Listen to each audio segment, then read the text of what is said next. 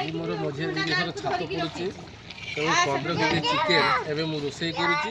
Hello hi नमस्कार जय जगन्नाथ मु वर्षा आपण मानक वेलकम करची मोर आ गोटे न्यू मिनी ब्लॉग को।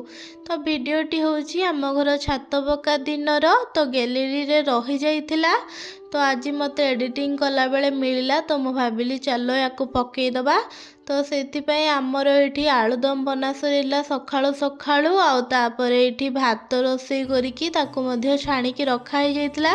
तापरे मो माई एठी आंबुल खटा बनाउथिले मते चाखिबा पाई देले तो मु टिके चाखी देइथिली। तापरे मो मामू एठी चिकेन हबो बोली पियाज को भाजुथिले आ हमर देखंतु एठी समस्ते छिडा हेचंती।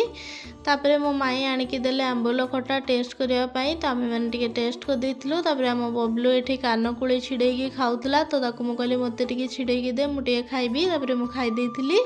तापरे मो मामू एठी चिकेन रोसे करथिले मु टिके स्टाइल मारिकी खुसुणी धरिकी नाड़ी देइथिली। तापरे मो टेदी एठी बसिकी बाता भी छड़ौथला। तापरे हमर मिस्त्री माने समस्ते खाई खुआकी जिबा परे हमर घर लोक माने समस्ते बसी पड़िथिले खाइबा पई। तापरे मु देखिली कि कड़ेईरु तरकारी सब बाढ़ी निया सरी जाइथिला आ कड़ेई रे बहुत सारा मसला जोड़िकी थिला।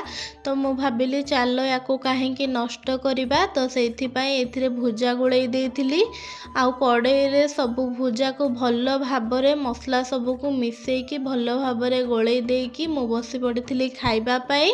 आजिर मिनी ब्लॉग टी मु एठी एंड करजी। देखाबो नेक्स्ट मिनी ब्लॉग रे। जिबा पूर्वरु मो चैनल को सब्सक्राइब करके जानतु। रहिली जय जगन्नाथ।